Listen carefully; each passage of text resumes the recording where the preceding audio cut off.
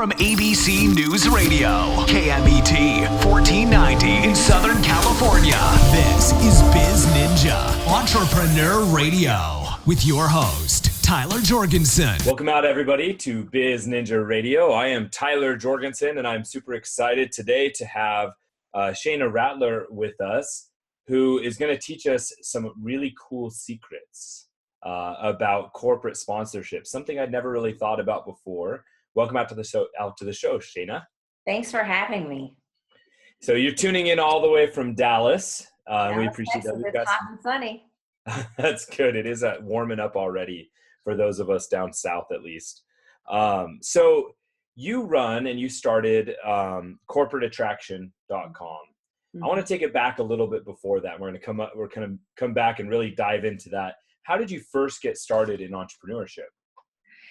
So I have a picture of myself when I was like 6 years old, and I'm all snaggletooth. And if you could envision a big wooden spindle, I don't know what was originally on it, but I turned it on its side, made a table out of it, and I was like having a yard sale. I took the top off of one of my board games. I was writing yard sale, spelled it wrong, scratched it out, and just wrote it next to it. So I actually have that picture in one of my books because, I looked back, I was like, man, I've had an entrepreneurial spirit, all of my life, all the way back to 6 years old, and telling my dad, like, I'm saving for a bike, why don't you trade me out of 10 for a 5? Little things like that. So I've always had that spirit all my life. That's awesome. So really from early on, you at least looking for those creative ways to make ends meet or reach your goals, right? And which is really what I think entrepreneurship enables us to do as humans, is to not wait on the world to give us our goals, but for us to use existing resources and take them up to a higher level and create our own reality, right? Exactly. And so what was the first, above adolescent business that you did? So I went to school to be a physical therapist. And shortly after physical therapy school, when you get out of school, you don't have any like, oh, I'm going to run my own shop kind of thing, or at least I did. And so I was working with this agency, and they were like, well, all you have to do is this and have some other people that are working in under you. And so I ended up with a full-blown healthcare staffing agency at like the age of 27. Oh, wow. Yeah.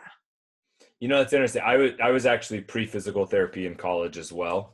I didn't get all the way through PT school.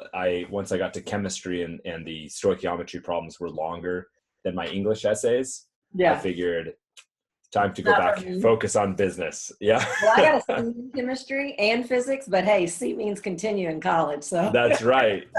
And that's what I got through them, but I realized that's not where I wanted to spend that many more years going forward on. But right. So you've done a few other businesses, and now you run Corporate Attraction. Tell us a little bit about what that business is and about what your specialty is. Perfect. So at Corporate Attraction, we teach businesses how to get a yes from corporate sponsors when everyone else is getting a no. So what ends up happening is that as business owners, when you think about our products, our programs, our events, all of the different things that we have going on in our business, we're either self-funding those things, or we don't have everything in our business that we would like to have because we don't have the cash flow to support it. So years ago, I learned how to get my foot in the door with corporations and build relationships and get them to say yes to contracts and sponsorship. Right. And it truly can, without being cheesy, it can change the trajectory of your business and your life. And so now I'm just committed to showing other entrepreneurs how they can tap into this revenue stream that's one of the most lucrative yet misunderstood. It's actually a $22 billion a year industry. Now, I think we all understand it from like a NASCAR level or from like a naming a stadium level. We know that corporate sponsorships exist in the world. Yep. But you're telling me that this is available for people at a smaller business level. Exactly. And let me tell you why. Yeah. Give us a why and maybe an example. So and then I'm going to tell you why that crap that you just named does not even work, but they still spend hundreds of millions of dollars a year on it. So, just think about how we are as consumers these days. Unless it's the Super Bowl, none of us want to watch commercials. So we DVR everything or watch it on film so that we can fast forward through the commercials. I live in Dallas, and downtown, Apple has the most dope billboard always. But I bet you I drive past 50 and I don't see them. Even online, corporations got wise and like, oh, everybody's online. But if you're like me, the digital ads that go across the top and down the side, I see them and I don't. Yep. So if you're a corporation and you're accustomed to getting in front of your consumers through these traditional advertising and marketing platforms, it's just not as effective anymore. So then you take, businesses like you and I, most businesses, they serve a particular target market. Like you have an audience. Right. And you have influence with that audience. So if I have, let's just say, Coca-Cola decided that they wanted to reach more business owners this year. And in my business, that's all I serve is business owners. So I could say to a Coca-Cola, instead of spending millions of dollars on commercials, and you don't even know that the business owner is going to see it, you can just partner with me because I serve business owners in some pretty unique ways, both online and offline.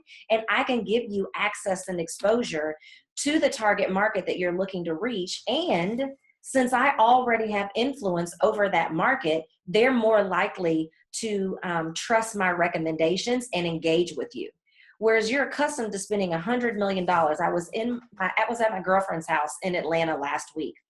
She lives a block away from where they're building the new Braves Stadium, and SunTrust's name is right at the top.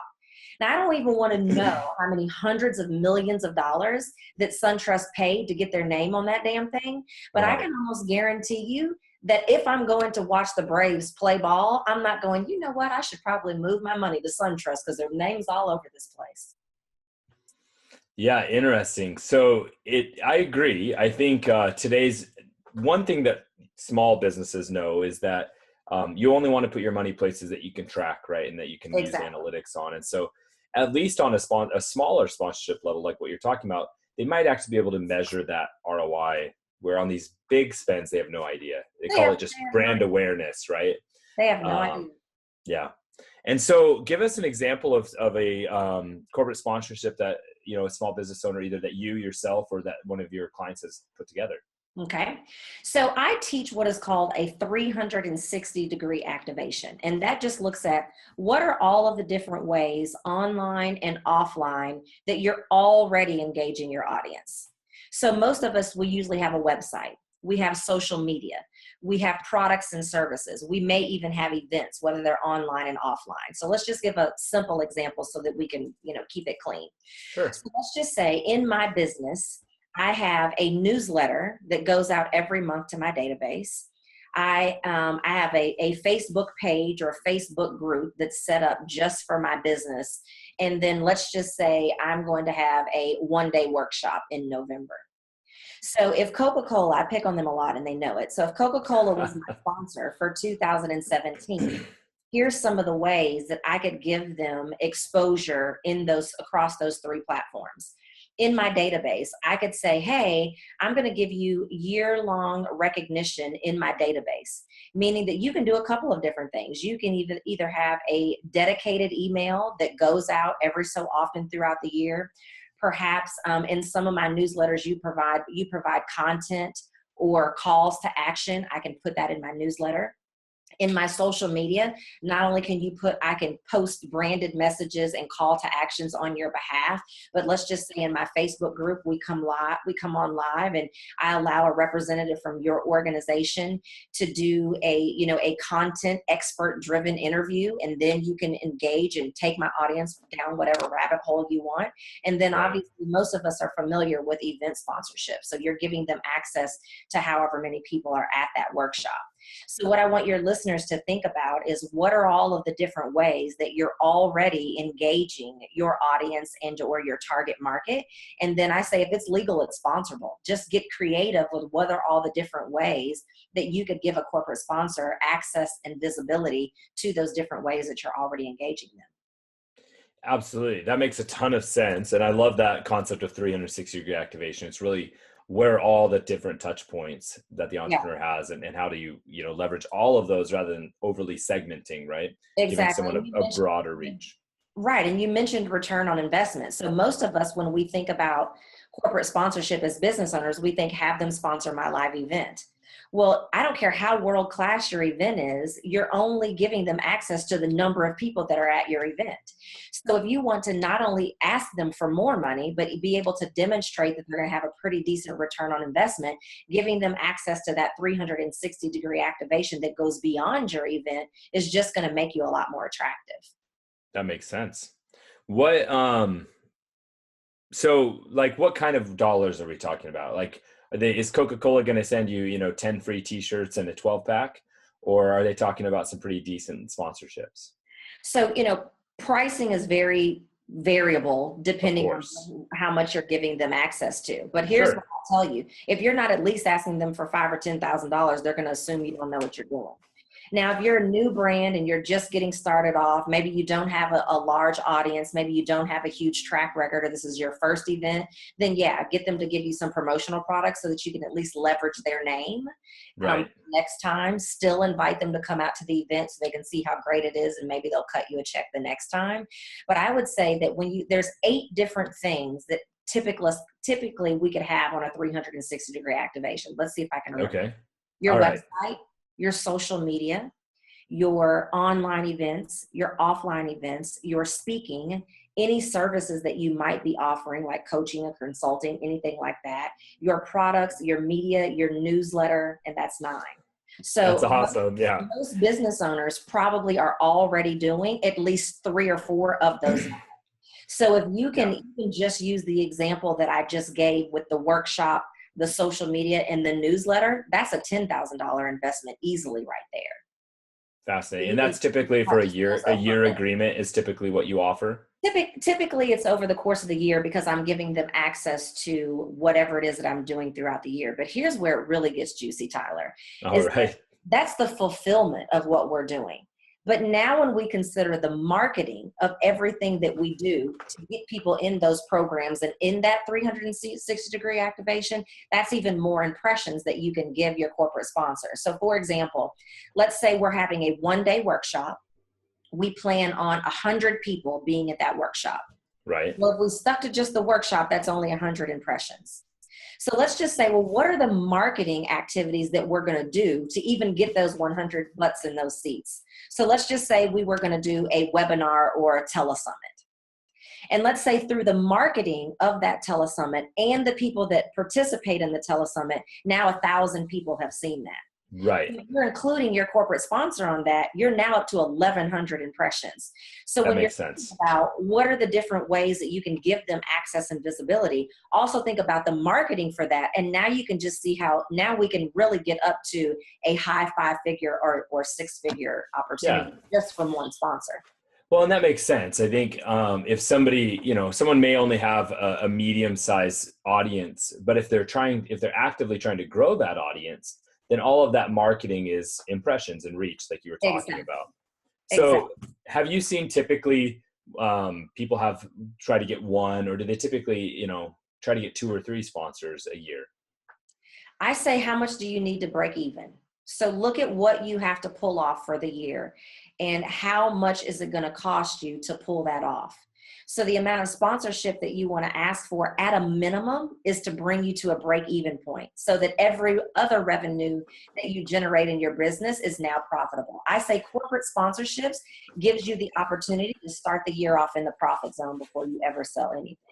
I think that is such an amazing concept to say that you can, as any business of any kind, there is the potential to start from a break-even point because you have had corporate sponsors basically provide the outlay to build your entire year upon. That's fascinating to me as a bootstrapping entrepreneur since, like 5 or 6 years old, like you, that's just remarkable to say, to piggyback with the big boys and say, hey, just because I'm not Coca-Cola, we'll keep using that example, doesn't mean I can't benefit from that ripple effect.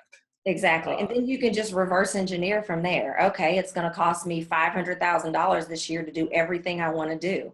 So I need $500,000 in sponsorship. So based on what we've shared of all the different ways that you can give them access, if you come up with, 2 $50,000 levels and, however many $10,000 levels, how many sponsors do you need for 2017? And then you just want to target 3 to 5 times more than that because you're only going to close a percentage of them. So that two things that you're just bringing up, every question you answer, you open up another one.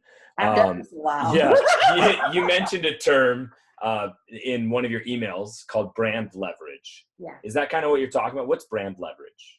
So there's two different things that a sponsorship can do for your business. One, obviously, they have big checks, so that means big revenue for you. But leveraging yourself by even being able to use their name gives you more impact and influence as well. Just imagine if you were getting ready to buy a product or service and you're like, doing your due diligence to find out who is going to be the best source to buy that from. And now you're on their website and you're looking at two different people. One person shows that they've partnered with all these major organizations and the other person shows that they've partnered with none.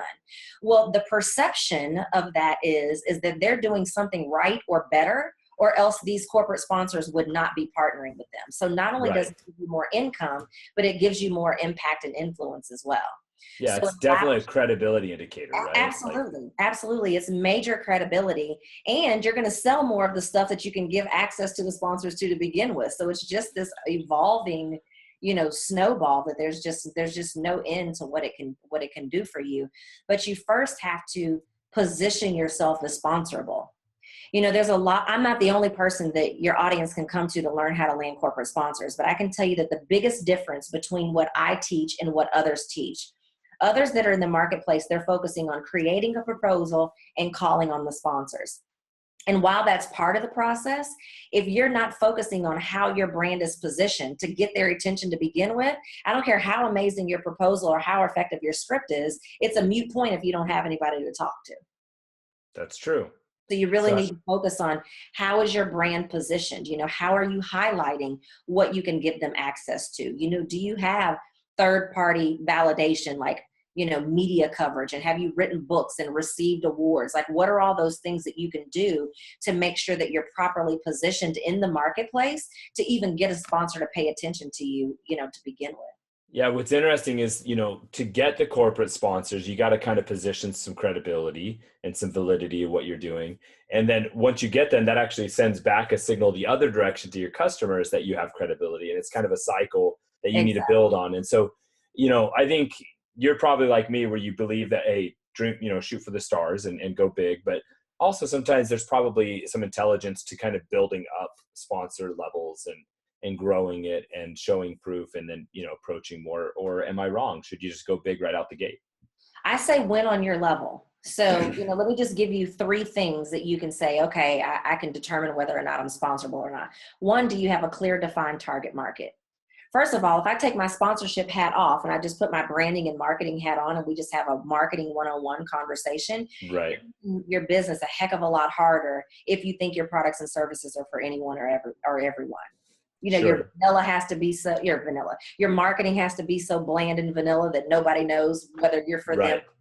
And when it comes to sponsorships, that's how you're going to determine what sponsors are the best fit for you to begin with. So the first thing is, do you have a clear defined target market? The second thing is, do you have at least 1,000 people in your database? Do you have at least 1,000 people in your social media, not your mama and them, and your friends on your personal page, but that makes up that demographic? And are they engaging with you?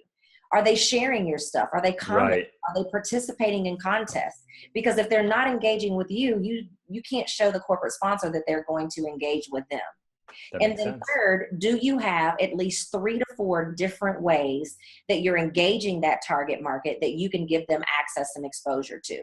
If you have that, go for the Coca-Colas. If you don't, win on your level. Some of the most overlooked sponsors are those that you've been giving money to for years. Your bank, your insurance agency, your auto, who you buy your cars from, right, the baker, the candlestick maker. Who have you been spending your money with that they want to get in front of audiences, and it's now time for them to give you money back? So I say start with those smaller sponsors first if you don't feel like you're quite sponsorable.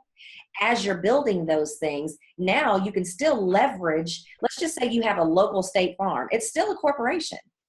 Even if you go to your local credit union, the fact that they say yes to you when you're ready to go after Bank of America, Bank of America is even more likely to say yes to you now because you got your credit union to say yes while you were building up your track record. Absolutely. I like that concept of winning where you are. That's awesome. What's one like really big success story that either you or one of your clients has done following your advice? Yeah.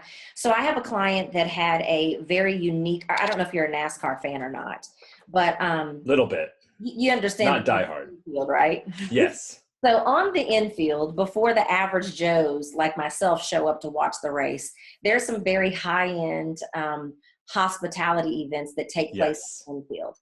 Corporate executives are there, millionaires and billionaires are there, some pretty dope stuff. So I was able to help a client of mine get $2 million in sponsorships because he was a vendor on the infield. Wow. And he didn't know crapola about sponsorships when he came to me.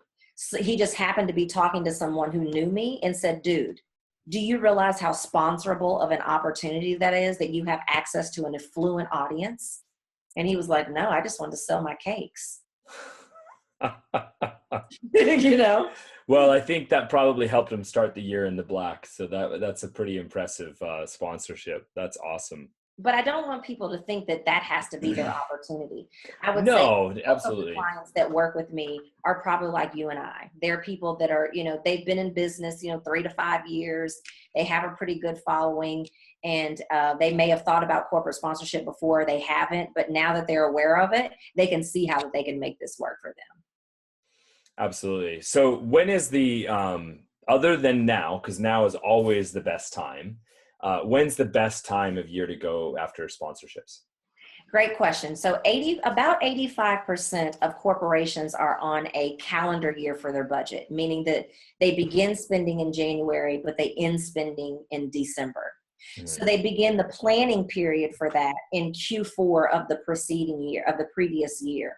So anytime you can get to those companies in September, October, or November, then you have a better chance of getting in with a budget that's coming up for the upcoming year. But the thing about it is, though, is, think about how budgets work. So let's just say if I'm Coca-Cola and I say I want to spend $100 million on advertising this year.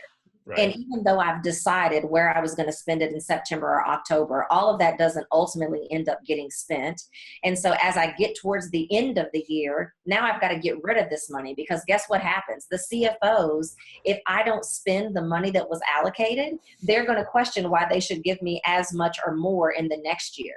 So right. The earlier in the budget that you get, the more opportunities that you have to get a yes. But if your stuff is dope enough and you're filling it in a gap, then there's a great time to get it any time of year. At the end of the year, there may be some left and you may not get as big of a check, but who cares, because you can get more next year. And when they're in a PR nightmare like Pepsi and United, they're going to figure out how to pull some money from somewhere, whether it's been previously allocated or not. Right. So there really is no bad time, because there's always opportunities, but the Sure. earlier in the year and the earlier in the planning process that you can get to, the better. So I'm going to just call 1-800-Coca-Cola and say, hey, I have a proposal, right? What's the first step someone's going to do when they want to, get in front of a corporate sponsor opportunity? Great question. So there's 2 reasons why they would sponsor your stuff, and who you reach out to depends on which of those categories that you fall into. Number one is you have a cause that they care about. So usually a lot of nonprofits fall under that. Or if you are a business owner and you serve, teenagers or veterans or some underprivileged group that just doesn't have you're not really trying to make a lot of money off of them per se, sure. Then that would be one reason. If that's the case, it comes out of one budget. And that's usually somebody over public affairs or community development, something of that nature. That makes sense. The second reason why they would sponsor your stuff is because they want your customers to become their customers. If that's the case, that's coming out of their advertising and marketing budget. And so you're usually going to reach out to somebody in advertising, marketing. So if they're big places, they have people that are specifically for sponsorships. So, so let's just use Coca-Cola. I'm going to use my business. So I'm a for-profit business, and my audience is business owners. So they want my customers to become their customers. So I'm going to figure out who's over advertising and marketing. Best place to go if you don't know is LinkedIn. Marketing space, Coca-Cola. Sponsorship space, Coca-Cola. Advertising space, Coca-Cola. See who comes up at the top of the food chain. You don't want the the underlings that are right. So look at the positions and see who's kind of at the top. So then you just want to reach out to them in a very conversational way. Hey, Joan, I know businesses like yours are usually looking to reach certain target markets every year. I serve business owners in some pretty awesome ways, both online and offline. So it might make sense for us to chat to see how we can help one another. That's my script. That's short and simple to the point. Talk to you to sponsor my stuff, because you want to take a partnership approach, because what a sponsorship is each side is giving the other side access to something that they want and need. So this is an opportunity for us to help one another, and not, hey, I wanted to talk to you about seeing if sponsoring my stuff is going to be a good fit for you. You don't want to say that ahead of time anyway, because you're not going to get a response. That makes sense. Yeah, that makes a ton of sense. That's the first step in reaching out to them.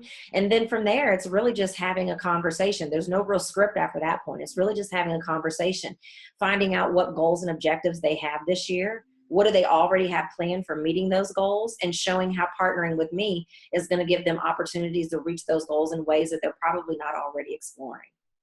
So your goal really in the initial script is just to get the conversation started. Get the conversation.